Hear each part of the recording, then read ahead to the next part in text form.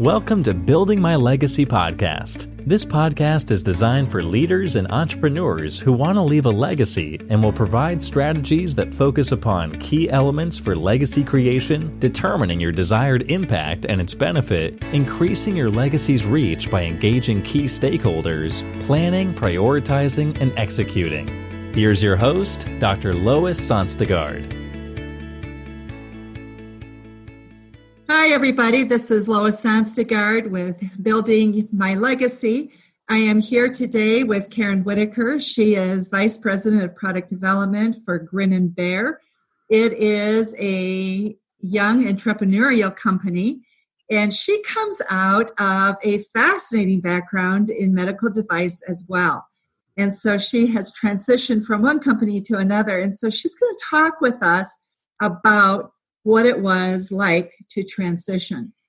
And then we're going to come back and talk a little bit about why is that important for us, because transitions either can head us in the right direction or they can shift us so we start going down a road that we really don't want to go down. And I've seen people go both ways. So, and it happens in retirement or when we're building legacy as well. So, Karen, I would like to have you introduce yourself first, and then I will ask you to share your story. But let's start with who you are, your background, and just take a minute or two to share that with the audience. Sure. So overall, I'd say I have a diverse background in sales and multiple industries. So over 25 years of experience in sales. My last 10 years were spent in medical device. And currently I have found myself in a position to be with a startup in a completely different field in the dentistry or orthodontic. So here's what's interesting is it's not just an entrepreneurial startup company. It is a startup company that is backed with private equity. So it has many of the pressures of corporate in number setting that needs to be met. That's part of that private equity process. So first of all, just tell us a little bit about your story and how you came to what you're doing today. You transitioned from another position, and just tell us a little bit about what happened and what you learned from that experience. Sure. So at the young age of 36, after taking a couple of years to out of the market to raise my two boys, I wanted to get back into the workforce, and through relationships and connections found myself starting as a sales associate with a medical device company, which is really kind of an interesting, I don't think you're going to find a lot of people that automatically find themselves in a medical device sales role without having experience. And but again, it was through strong connections and relationships that I had built that gave me that opportunity. And so starting out as an entry level, being the oldest on a team of young sales reps, and going to training for 3 weeks, which was in and of itself a feat. I can't believe that I came out on the other end okay. And having to learn not just about the products and the procedures, but how to navigate the hospitals, the surgeons, and then my team as well because of my position. And quickly moved into a territory manager role, so from associate to a territory manager. And after about 3 years, I was ready for a change. I had not intended on going in and being the consummate rep for the rest of my life. I wanted to continue to move up the ladder and assume broader responsibilities. So it was at that point that I moved over to the clinical education team.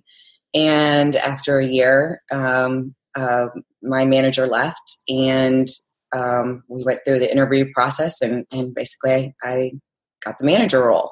So now I find myself going from having to, I was a peer of the people that were on the team, to now managing the team and then being tasked with growing that team. So that's what I spent the last 6.5 years at that company doing, was growing the team from 3 to 10, tripling the output from the team, improving the processes and procedures. Just a huge time of just monstrous change in developing this team. And it got to a point where I found myself under a management that was difficult for me. And we were like oil and water. And I was very unhappy. I had always said that if things didn't work out that company, I would start my own business. But of course, I was too afraid to do that. You're always looking for that big payout. Once I make this much money, then I'll do this, right? So I was very unhappy, and received a call from a recruiter, which I had received calls and emails and LinkedIn requests for years and had ignored them. But for whatever reason, right time, right person said the right thing, I listened, and it led me to my next opportunity, which spending almost 10 years at my prior company, going to an early stage company, knew there was risk, but also there could have been a great reward, financial reward. And I didn't just jump for the money, I jumped for the people. Okay, so I just want to pause there for a moment, because it's very interesting. Gallup has done research on the role of the manager and turnover in corporations. And what they found is that 85% of when people leave, it's because of the manager. And so your experience is not unique. It's the majority, actually, who go, wow, this isn't working. We can't mesh. And there doesn't seem to be a process to be able to bring people together to be able to work that through, unless organizations are really clear about what it is that's happening. The impact of the manager isn't always clear. So go on. So from there, then what was the transition time that you had between your two positions? 1 week. So 1 week, I didn't take a breather. And I really only had that week because in medical device, a lot of times they won't let you play out your 2 weeks. So I was of the mindset, I need to work and I can't take a break. It's just, and you want the paycheck, right? So I made that leap very quickly. But going from a large corporation to an early stage company, and let me back up and say this too, it didn't last long. So I had jumped for I knew there was risk. I hoped that there was a huge financial payout, and within 8 months found myself being let go with a bunch of other sales or field team members. Completely unexpected. For the first time in my life, found myself without a job, without my control. I didn't leave. I've never been fired, and I have never been let go. So, my first call to action was start looking for a job immediately. Mm-hmm. So I want to just pause there for a moment, because that's huge. That's a huge life event when something like that happens. So your initial feeling was what when that happened? I need to get another job. You need to get another job. So you went right to action. Absolutely. Okay. I was thinking, how can we built a lifestyle that requires 2 salaries. And it was a little bit of panic, to be honest with you. So I spent the first week and a half, I didn't leave the house. I hardly put on makeup. I just looked for a job and started connecting with people, and I was obsessive about it. And it wasn't until about a week and a half later when I realized I wasn't getting anywhere and I wasn't doing myself any favors. I wasn't feeling good, and I needed to reset. So I said to myself, you've been working like a dog for your entire life since you were 15 years old. What? Just breathe. Just take a breath. Think about what you want to do. Who do you want to be? Who do you not want to be? And so I stopped and I slowed down and I started focusing on those things. I spent some time with the family. I had been, I'm this close to being executive platinum for life on, at Marriott. I just found that out recently.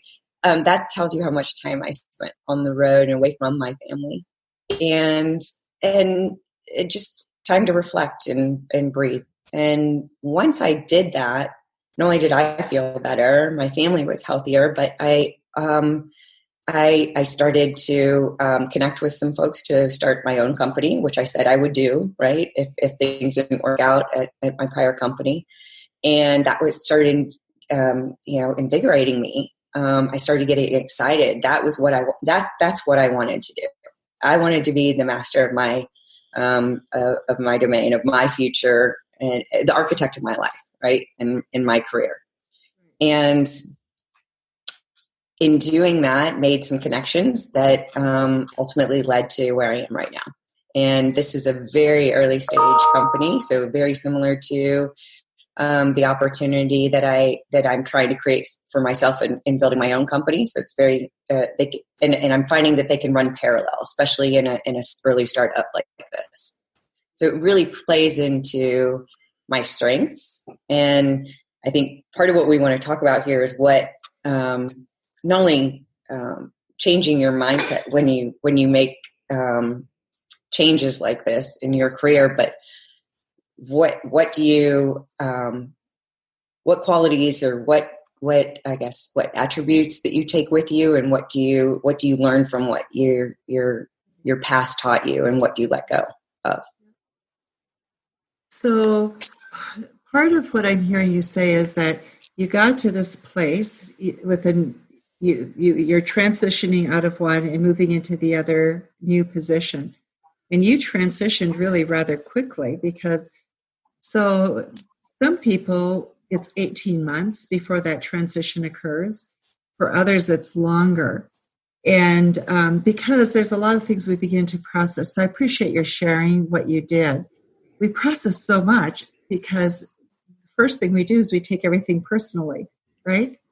And we start to evaluate, what was I doing? What didn't I do? What could I have done better? And some of that is so valuable. Marshall Goldsmith talks about how we really need to take that time to look at what we're going to leave behind.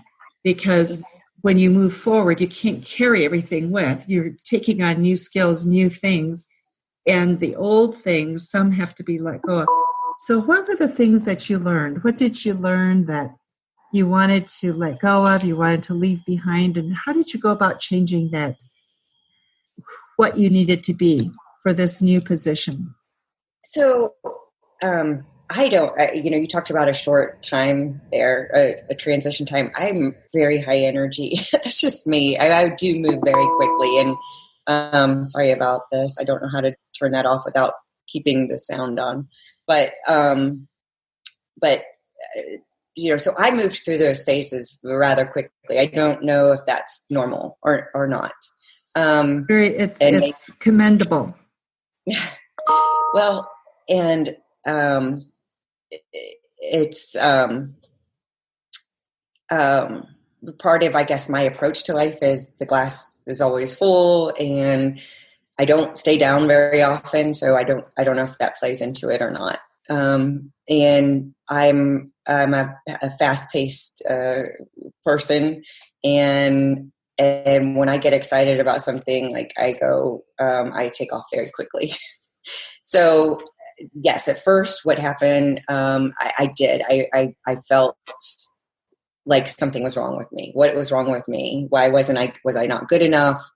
Did I not, was I not valuable enough? I mean, the company that I'd been with for almost 10 years, the company didn't fold. The department didn't fold. It's not as good as it was when I was there, but life goes on. Right. And so I think that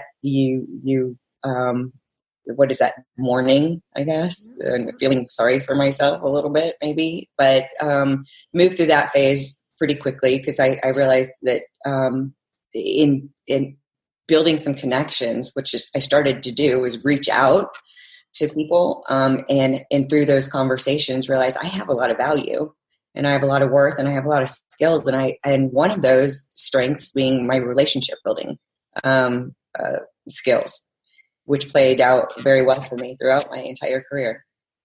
And through those conversations, again, getting more energy and then thinking back on I guess the challenges that I had with my manager, or even rising above that position at the company that I was with for a long time. What was holding me back? Because I was the manager of clinical education. I was working towards becoming the director of clinical education and wasn't able to climb that next step on the ladder. So I started thinking about those things. Was it me? Was it them? Was it the company? Was it the culture? And ultimately, yes, there were some things with the culture. There were some things with the manager, but there were also things that some habits that I had created that were preventing me from taking that next step. So one of the things you've talked about is one of the things you realized is you had to change your view and look at it was like unpacking a suitcase and deciding or having a new suitcase that you were taking to the new job. What were you unpacking from the last one and leaving behind, and what were you going to put in the new suitcase? So what did you decide to leave behind? Let's start there first. Well, and I got this from the book that you mentioned, but the book, by the way, is Sally Helgeson's book, How Women Rise. It's fabulous. So if you don't have it, get it. But go ahead. Right. So one habit that really spoke to me was putting my job before my career, and I took my role as the manager and having that many direct reports so seriously. And I was so focused on making them successful and developing them and being accessible at all times. I mean, the education events ran all week and weekend. So, I mean, and I had the entire country. So early starts and on the Pacific Coast, late days, right?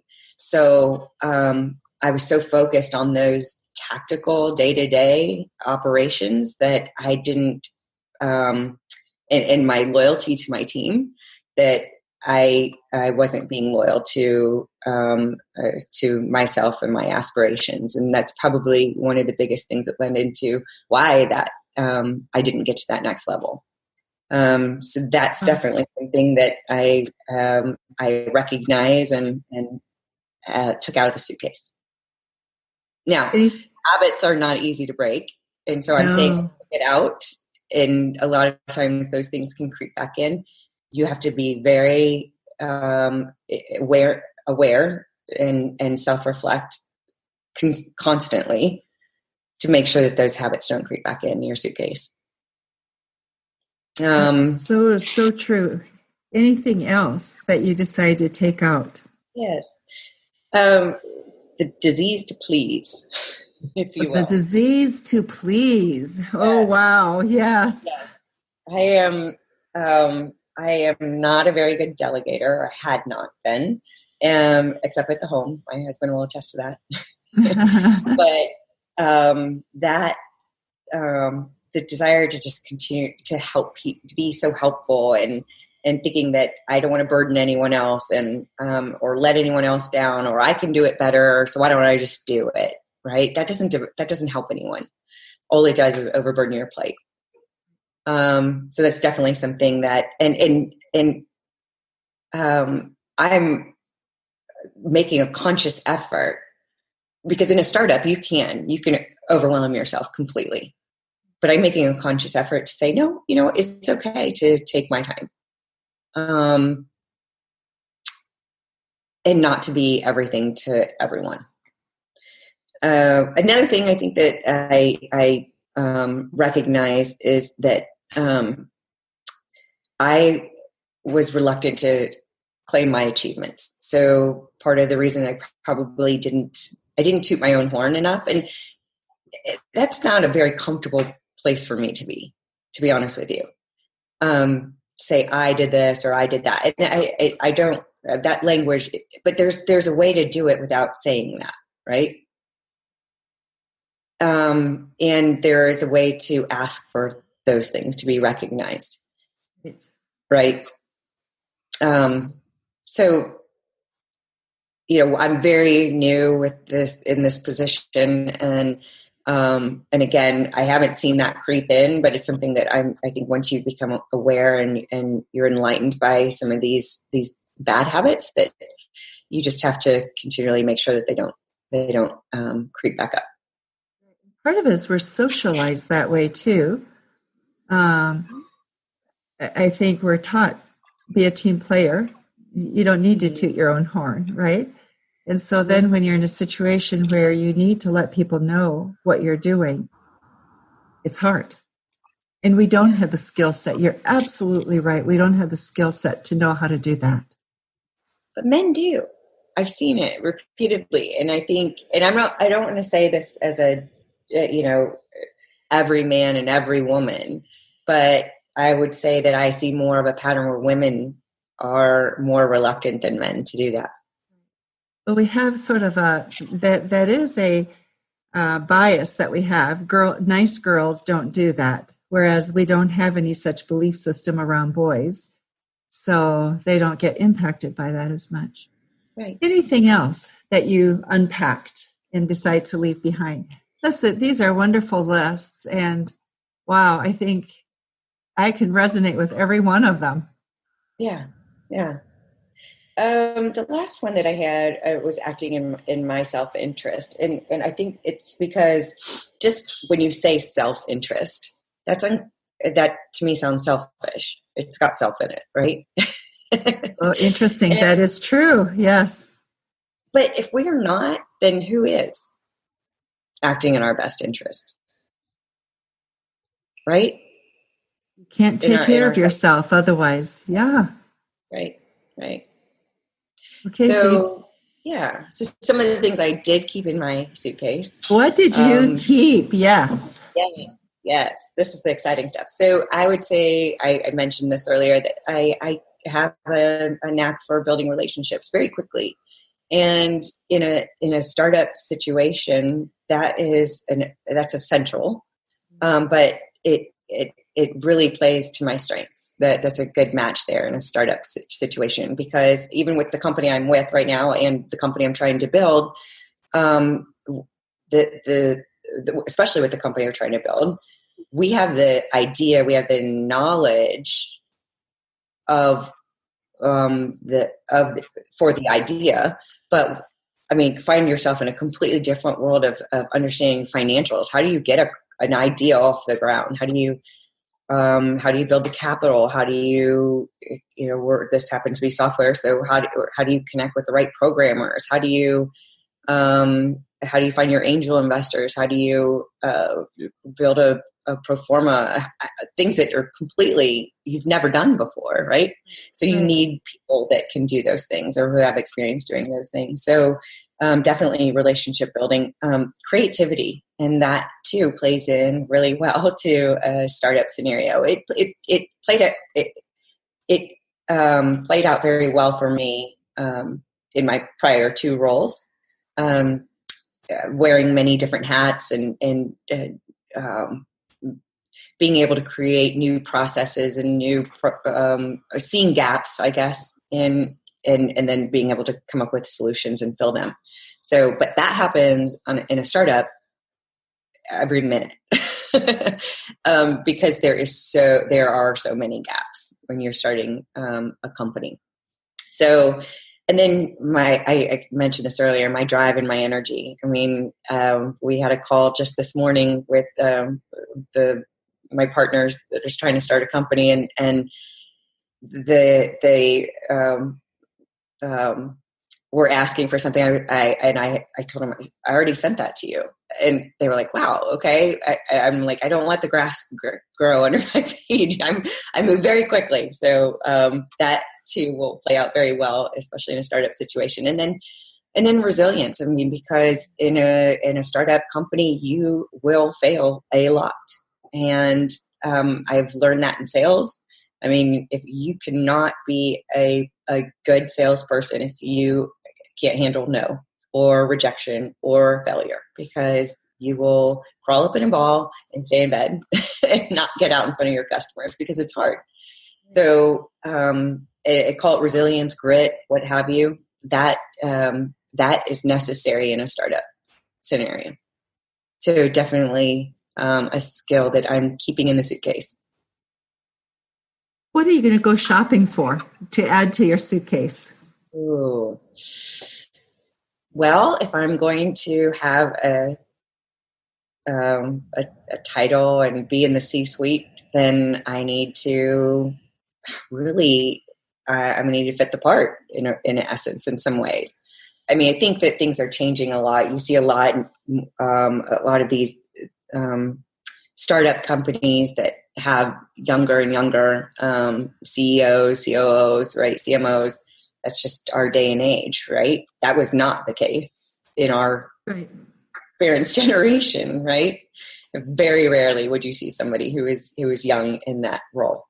It's changed a lot.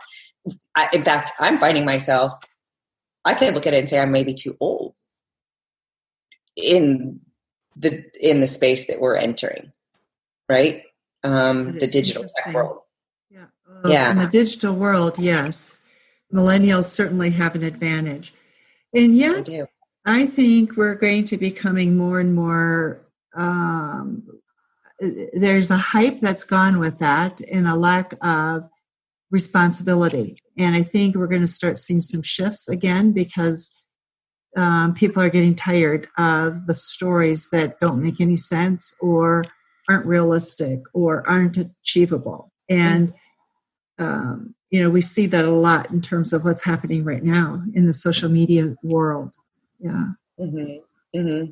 And I've listened to a lot of podcasts and I'm doing a lot of research and listening to a lot of podcasts just to educate myself on what I'm trying to accomplish here.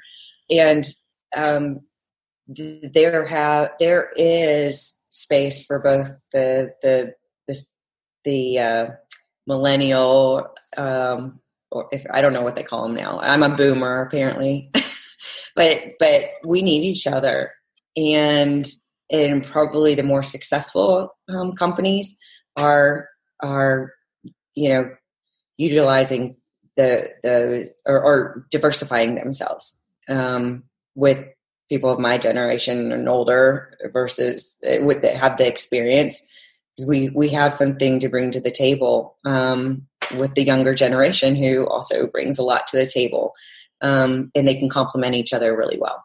So, and it's all about surrounding yourself with the right people too, right? And to be honest with you, I know that I will not be the smartest and the most knowledgeable, and that's fine. I'm just going to surround myself with the people that are.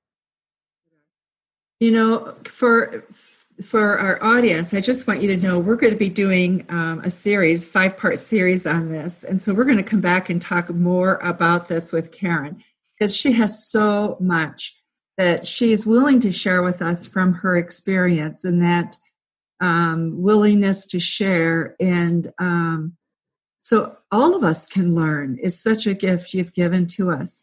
So I want to just close today because we have been talking, it's hard to believe, for 30 minutes already. Time has just flown by. So one of the things that I want us to really reflect on is that what we want to be and where we're wanting to go, we have to be really proactive with that. And that's really what your story is all about, because what you've looked at is, what am I leaving behind? So I've got the energy to move forward. And I think when we don't do that, what happens is our stress level only gets higher because we're overburdened by carrying so much forward. And I think often of that movie, The Mission, that was done many years ago.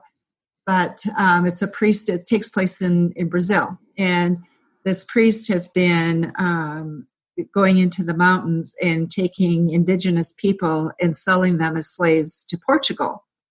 And he has this conversion experience and realizes how horrible it is, and goes into the monastery, refuses to come out, doesn't want to eat. And so one of the priests says, why don't you come with me? And we're going to go back to those villages. And he said, why would they ever want to see me?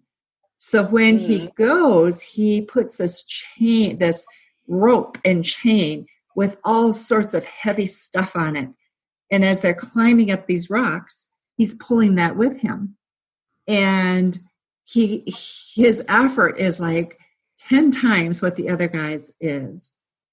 And when he finally gets to the top, the chief of this one tribe that he had been particularly difficult with said to the priest, the other priest, why is he here? And he explained the story. And he goes and gets a knife and cuts the chain and frees him from this burden he'd been carrying. So that's what we do. We carry all this stuff, and it's heavy, and it weighs us down, and then we can't move forward.